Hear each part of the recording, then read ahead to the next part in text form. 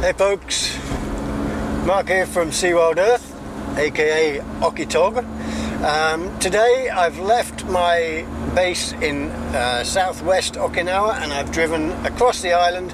It's quite a narrow island, so it's not that much of a drive, and we are heading to a small, densely jungled, wild and completely uninhabited island by the name of Yabuchi Island.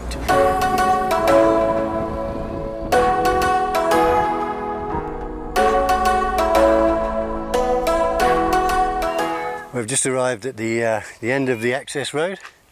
This runs the length of the island. There is a bit of a welcoming committee. Hey kitty kitties. Who's that? Meow. If nothing else, the Japanese love their cats. We're off. Just lock the van up and we're good to go. Snaky snaky. Here snaky snaky. So we only travelled about 50 yards from the car park, which is just up there, and here we come across the main cave.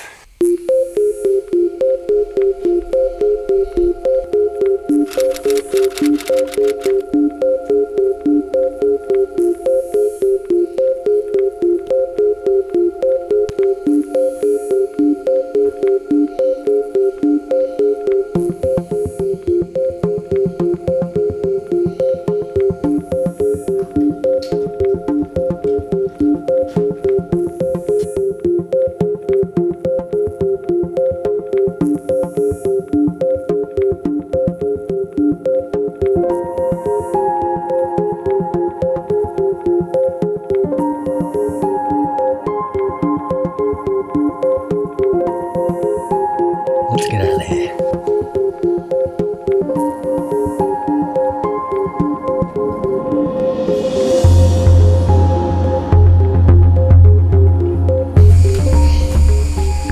As long as I can see the exit, I'm okay.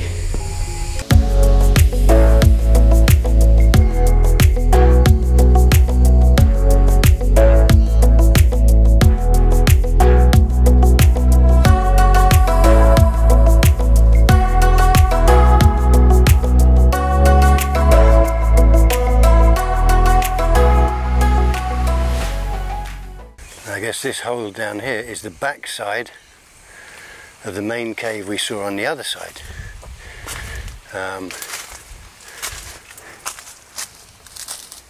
Okay, now that's quite a bit of a tight fit. If I'm going to go in there, I need some specialist tools.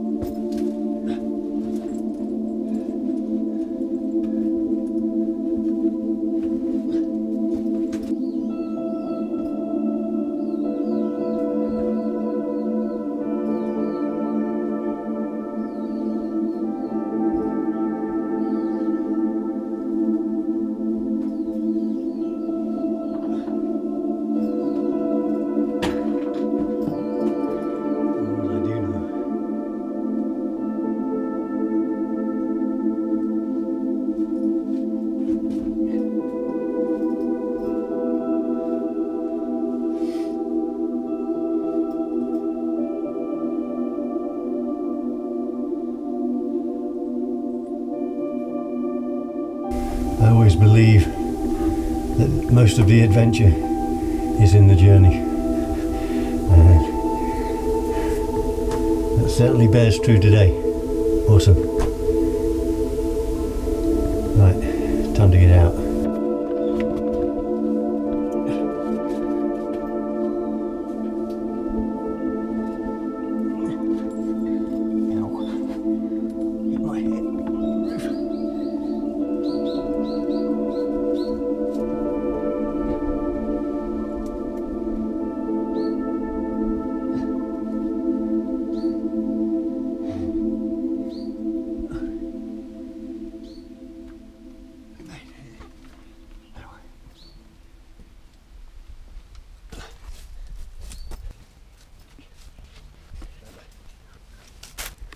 Okay, well I think my caving days are done.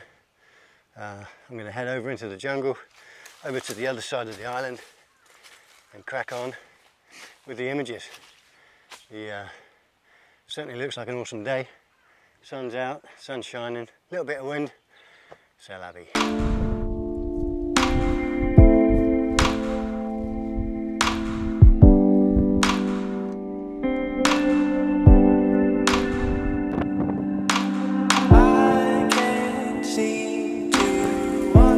Okay, well I'm really happy with my composition. The elements that really interest me, that really draw my eye, are this chasm that we've got, this opening of the ground, that maybe I'm sitting on a very unstable part of Okinawa, but you've got this really kind of like chasm that drops off into the abyss, and you've got the mainland of Okinawa right there. That in itself is just a very dramatic foreground element. There is some vegetation, the curvature of the cliff, and of course the headland in the distance, which is pretty awesome. But it doesn't stop there, because if there's a line that goes between that headland and another small island just offshore, and then the tail end of a third island just in front of us there, and it looks like the clouds now are really starting to build up. So we're getting to the time where I need to get my filters in place. Thing is, over the last few days I've been shooting a lot of scenes with using just 2 filters. So on my filter holder I've only got 2 filter slots. Now I do have the elements that allow me to build up and place enough space for a third filter. When I do that, I've got to bear in mind that I'm shooting with a 15mm prime lens. So what that might mean is that because I can't zoom through the potential cropped corners, I may have to just crop that a bit in post. So on my composition I have to pre-plan for those potentially cut corners. You won't really see too much through the eyepiece, you'll only see it more on the computer. So I've just got to be very careful in my framing to make sure that my composition, the main key element of my composition, which is this headland here, is going to remain intact and not suffer from the crop.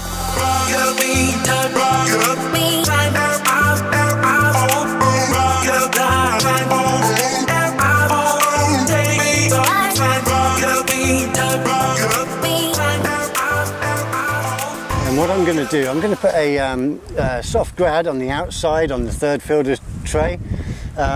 In the middle I'm going to put an ND8, which is a 3-stop, and closest to the camera I'm going to put a whopping ND1000 or 10 stops. So in total we're going to have 15 stops of ND filtration on the camera, so I'm going to have to do something pretty extreme to expose this shot. In aperture priority mode, f8, ISO 100, that gave me a metered shutter speed of 1/1000th of a second in these conditions. Okay, now when I place all of that filtration in place, I put my camera into bulb mode, because I know for sure as certain the shutter speed I'm going to be required to have is going to be greater than 30 seconds, which is the maximum default in manual mode on my camera. And sure enough, the equivalent shutter speed with 15 stops of light reduced going into the lens means that I have to then use 1 minute and 40 seconds in order to get a correctly exposed image. And I use my electronic shutter release. I plug in 1 minute and 40 on the long shutter mode.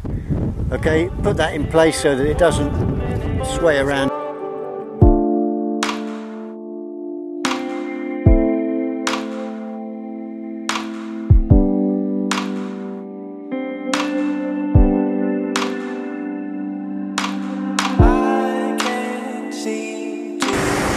Well, a different mode of transport for me, because the traffic is just too much. I've had to dump the car at my apartment, which is just back there, and now I'm just going along to a little favourite place of mine.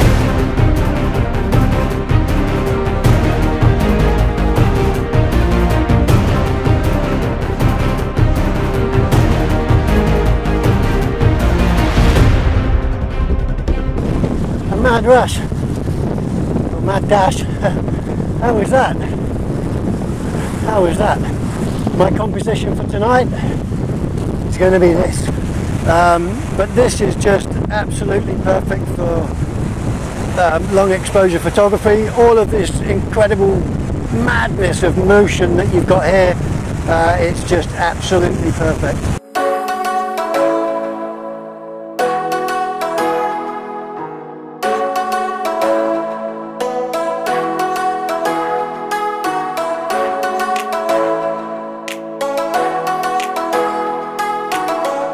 Well, folks, this is going to be the last shot of the day, but if it comes out anywhere near where I expect it, it's going to be the shot of the month. Look at this. And all of these clouds are actually coming towards us, yeah? So over time, the motion of that image is just going to be magic. So fingers crossed. We've got these crazy, I call them Toblerones because they look like that chocolate sweet, you know, the pyramid chocolates. We got these Toblerones, we got this groin going off out into the distance, and all of these really heavy and darkish kind of clouds rushing overhead.